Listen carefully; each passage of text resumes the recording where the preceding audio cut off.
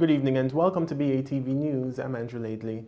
In an effort to reduce concerns surrounding the new foreign exchange auction system, Bank of Jamaica BOJ Governor Brian Winter is seeking to explain to stakeholders how the new mechanism will work. The details in this report.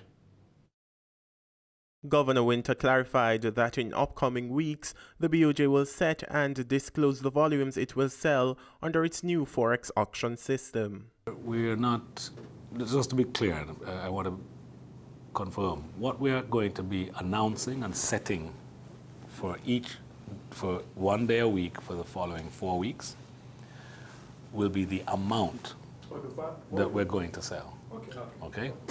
Because the price will come out of the bids made by the market to us, and then people will be competing for this. He says the entire process will be transparent and will be similar to the Treasury bill auction. So we will sell, and the process of bidding and the result will give us a result, and we will have sold the amount. If it's oversubscribed or if it's undersubscribed, we will have an announcement right after, within about half an hour or an hour or so of the auction closing. Then the result will be there. Think like the Treasury bill auction. It'll be kind of exactly like that, actually. Governor Winter says the pre-announcement plan will allow stakeholders the ability to know more about how they buy, which is a luxury they did not have under the previous mechanism. A routine thing that, you will want to know what the result of the auction is, and then you'll analyze it, right? And then you'll wait for the next auction. So that's what it'll be, just like in fact, that's a good model to follow. The government actually pre-announces what they're going to sell. I mean, they have they reserve the right to change it, okay? And we will reserve the right to change it if we really think there's a reason to. But the reason you pre-announce is that you're giving people they're able to prepare for it, decide how much they want to buy, what price they want to buy it, and then they enter that particular operation, and then we all see the results. That creates a lot of information for people that they don't have now, okay? For BATV News, I'm Andrew Laidley. Tourism Minister Ed Bartlett says Jamaica is ready to be a significant player in the gaming industry. He says the success of that will also benefit the tourism sector. The tourism minister was speaking at the recently held 7th Caribbean Gaming Show and Summit at the Montego Bay Convention Center in St. James. Anthony Morgan reports. Ed Bartlett says Jamaica hosting the annual Caribbean Gaming Show and Summit represents a significant development for stakeholders in the tourism sector. What this is telling us is that Jamaica is being viewed as an important and interesting new market in the region's gaming industry. As Minister of Tourism, I can tell you firsthand, and I'm sure Minister Shaw will expand on this later on, I'm interfering in his business for a second, that not only are we pleased with this ringing endorsement, but we are confident that the exhaustive market analysis and evaluation you have done are well-founded, as Jamaica is indeed ready to be a significant player in the gaming industry. The minister adds that the gaming industry will be vital to the island's tourism product once it is properly regulated. This two-day gathering will also provide the opportunity to look at and study different proposals and ideas surrounding gaming, as well as being able to look at what's going on in the world around us, assess what's happening in our jurisdiction, and appreciate that we now have an opportunity to seriously get in the game as an important part of this global phenomenon. In the meantime, the tourism minister says the island will have to be competitive as more countries are venturing into the gaming sector. When we look at successful gaming jurisdictions around the world and the positive impact the industry has had on tourism, we can truly salivate at the potential and prospects of our own homegrown product. Also, every day it would seem like a new destination is getting into gaming, reinforcing the point that we have to get our collective houses in order and build on what many of us have already started. It goes without saying then that not only do we have to be introducing new games, we also have to be competitive. For BATV News, I'm Anthony Morgan. Jamaica recorded its 1 millionth visitor since the start of the year last Thursday. This represents the largest number of arrivals over a 6-month period, a feat which tourism officials, including Minister Ed Bartlett, describes as phenomenal. The minister pointed out that in tandem with this landmark achievement, the tourism sector also earned in excess of $1.2 billion for the same period. Ed Bartlett says the tourism stakeholders are very excited about the numbers because they feed into the growth projections. Henry and Paulette Murray, who arrived on an American Airlines flight out of Philadelphia, USA, and are here on their 4th visit, said they were very excited to have contributed to the momentous occasion. In the meantime, Mr. Bartlett says all projections are currently being exceeded, noting that the last 3 months have demonstrated why the tourism sector no longer celebrates seasons. He says not only does this mean 1 million opportunities for jobs and for earnings, but it also helps to quantify the actual revenue flow in foreign exchange into the country. Still to come, government looks to public-private partnership to fund housing and healthcare workers. The details after the break.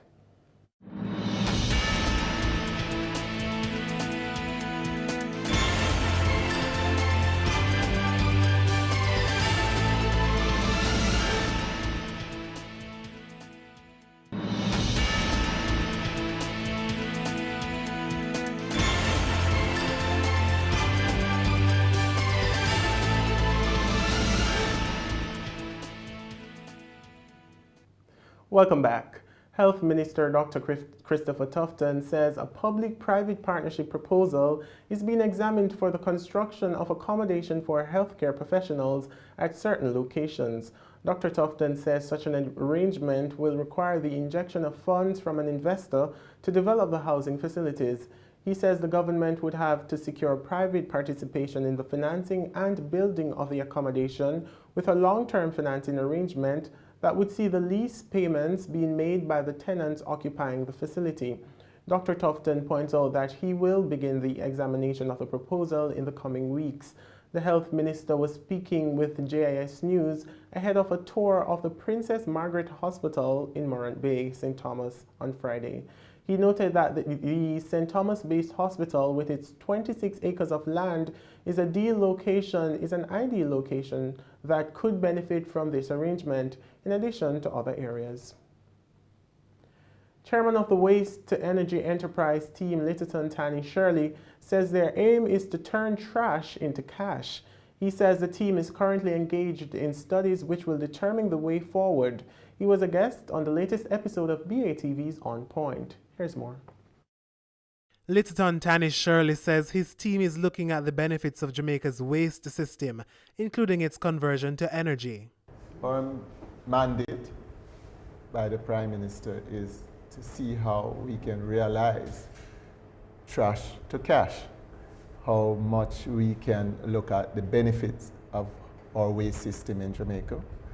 That is done in other countries where you convert waste to energy. That is one element. The other area is how you can reuse some of your waste and how you can recycle your waste to end up with byproducts that can be used on the market. He says a feasibility study is now being conducted by the World Bank to look at the present waste structure in the island and the social impact from the mismanagement of the waste system. The second phase of the study is expected to be completed on Friday. Basically to fill the gaps that all they speak about, to ensure that persons are being culturalized in a positive way, in an intelligent way. And as part of this process, you also want to divest the Riverton dump. Yeah, well, we want to, Riverton is just one of the 8 dumps that is under the management of the solid waste. So we are looking at all dumps to see, do we need 8 dumps? But that will come out in a feasibility study, of course, and to see what type of waste, what percentage of this waste are convertible to energy. Meanwhile, Mr. Shirley says the team is not yet at the stage to solicit proposals for divestment of waste sites like Riverton.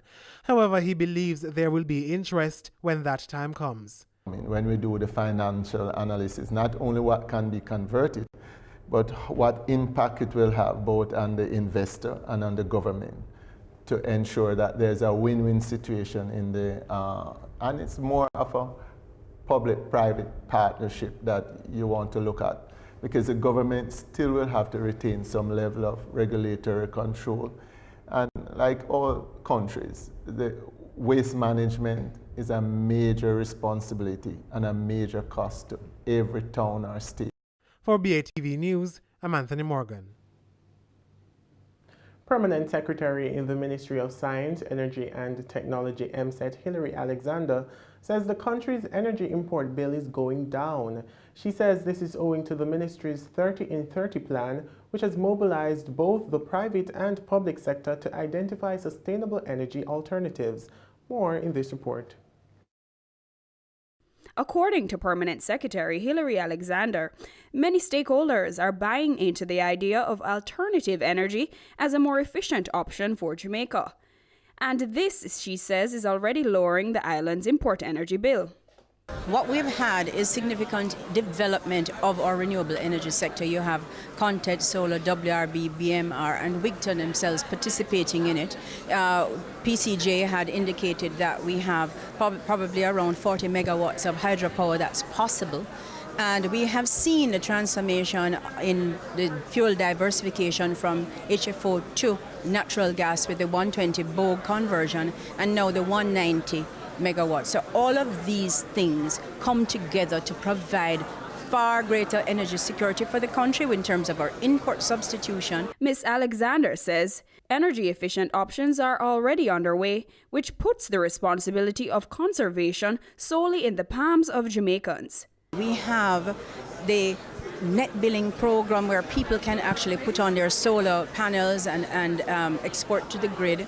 We are working on power wheeling so that larger companies can produce for themselves and wheel to their own subsidiaries or other locations.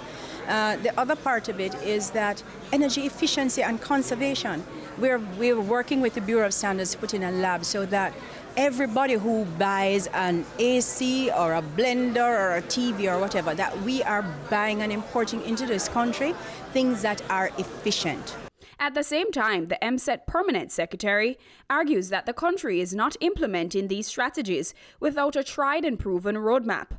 She says the ministry is working closely with other countries which have successfully implemented alternative energy strategies. Sometimes you might go and buy an AC or a toaster that looks cheaper, is cheaper, but at the end of the day, you're actually costing yourselves more. So one of the things we have is a public education program as well, to make sure that the country saves every dollar that we used to use on energy importation to build other areas that are important to this economy, our health system, our education system, things like that.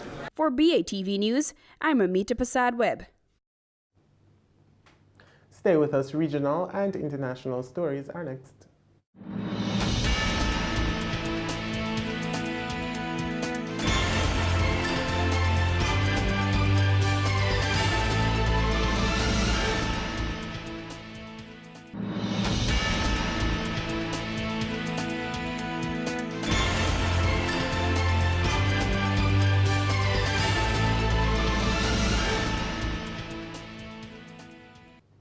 Welcome back. It's time for regional and international news. U.S. President Donald Trump has rolled back some of the Cuban diplomatic policies initiated by his predecessor Barack Obama that revived relations. However, the Cuban government says Trump's plan to restrict U.S. trade and travel to Cuba is a U-turn in the relationship between the two countries. Al Jazeera's Lucia Newman reports from Havana on how this sudden change is affecting the Cuban people. Learning to dance the rumba, up close and personal, what some call a cultural experience or people-to-people contact. Either way, it's what's brought these Californians to Cuba for private lessons. For me, this is just amazing. This is just amazing, but really anyone could come here and do it. But not anymore, if Donald Trump has his way. His newly announced policy promises to restrict U.S. trade and travel to Cuba, increasingly seen as a lifeline for the cash-strapped island. This, Cuba's very first luxury hotel, opened up earlier this month and is owned by the Cuban military, which is one of the main targets of President Donald Trump's new Get Tough policy, which is supposed to force the communist state to accept free and multi-party elections. Yet, anyone familiar with the Cuban government's reaction to U.S. pressure will tell you that in nearly 60 years, it hasn't worked and is unlikely to do so now. This former Cuban diplomat says Trump is unwittingly benefiting those who resist political and economic reforms.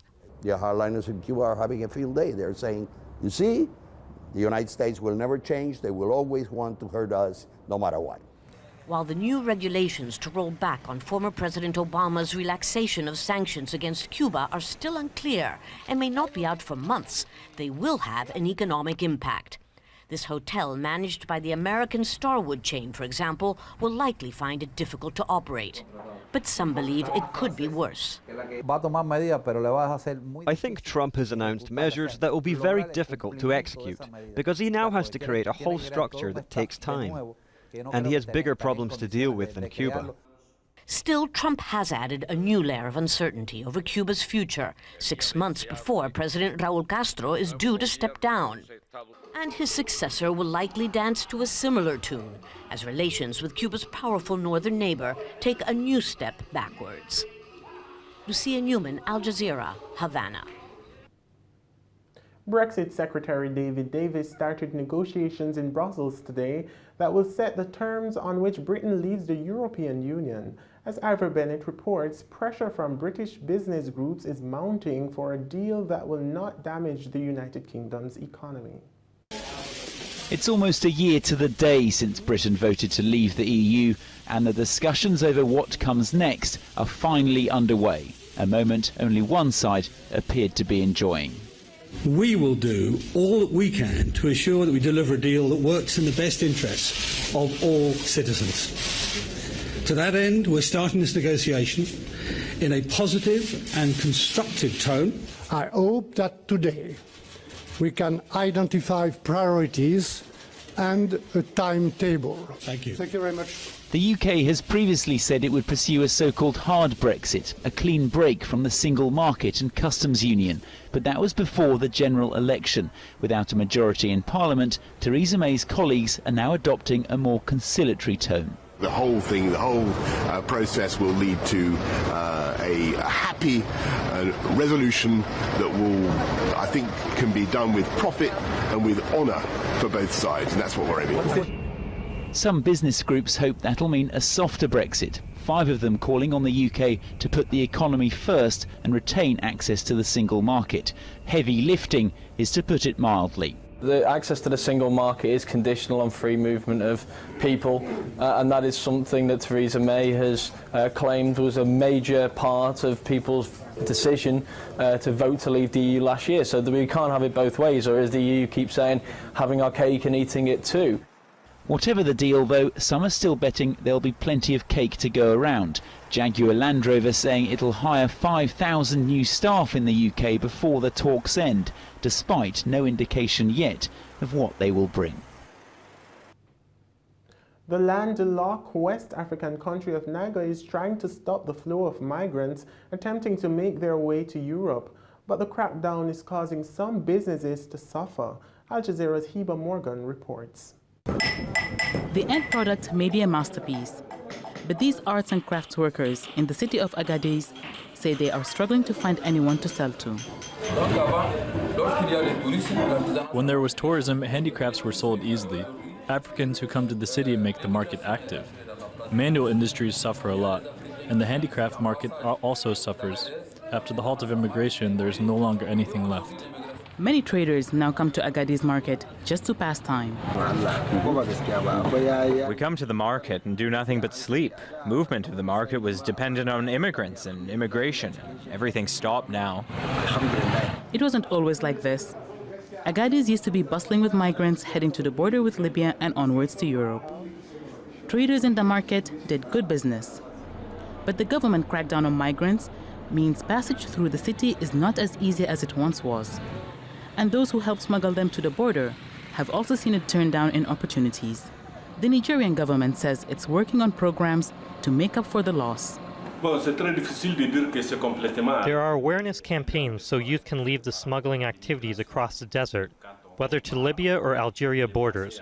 Now the Niger government is integrating youth into other activities and guiding them as to improve their situation and change this criminal activity by transferring migrants to Europe or to other neighboring countries. But in the markets, traders worry that whatever help is provided, it won't be enough for them to earn a living. Trade unionists in Lesotho are accusing foreign-owned factories of underpaying workers. The southern African country suffers from high unemployment, extreme poverty, and a shrinking economy. Al Jazeera's Famida Miller reports. It's dark and cold when Majobo Teko leaves home to walk to work. She starts her journey alone but joins throngs of people heading in the same direction in the Maseru West industrial area. She's been a factory worker for 18 years and has worked here for the last 4. There's no heating system in the factory. Majobo sits at this machine for 8 hours a day, the Lesotho winter cold cutting through layers of clothing. She's paid about $100 a month, just below the minimum wage. I have 2 kids in school and I have to look after my parents. I also have to pay rent, pay school fees and buy food. The money I earn is just too little. We walk in the dark and are afraid of criminals, especially during the winter months. It's just tough for us. The factory owners weren't available to talk to Al Jazeera, and the employers' organization also declined. But the Lesotho Textile Exporters Association did say that if workers' salaries are too high, factories won't survive. Lesotho's been trying to position its textile industry as an ethical alternative to Asian sweatshops. But union leaders say the industry is falling short. They're worried about low pay, long hours, and worker exploitation. Union leader Tsepo Molapo says foreign-owned textile companies often underpay workers and many are prevented from joining unions. He wants a minimum wage of $150 a month.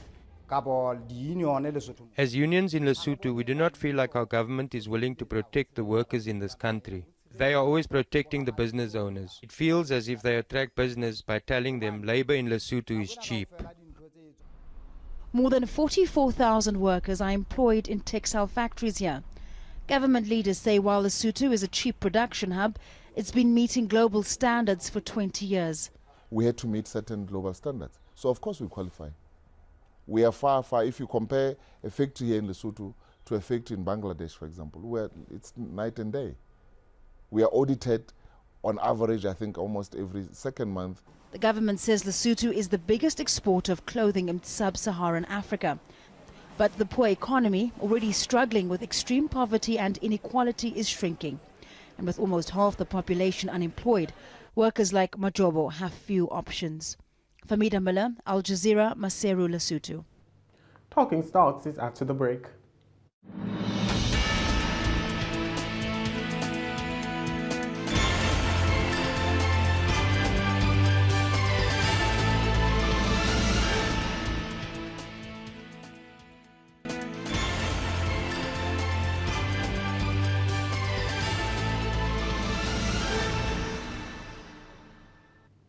Welcome back. Time now for Talking Stocks.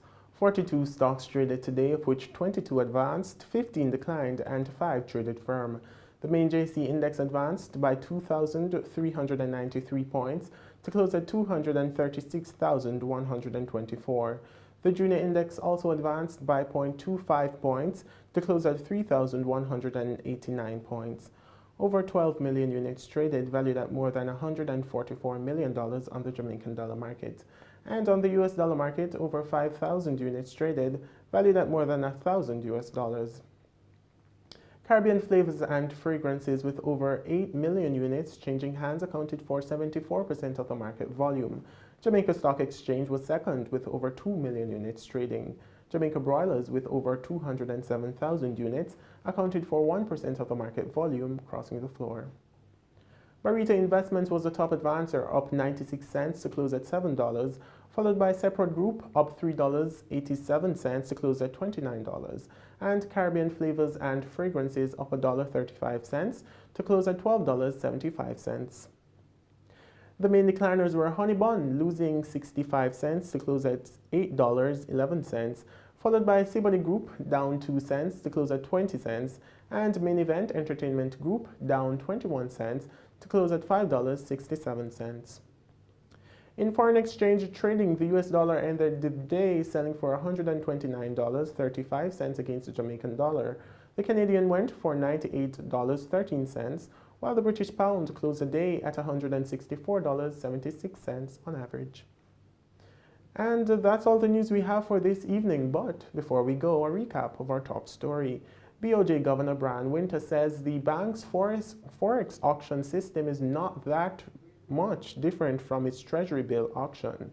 Thanks for watching. For more content, visit our website at batvja.com. I'm Andrew Laidley. Pleasant viewing.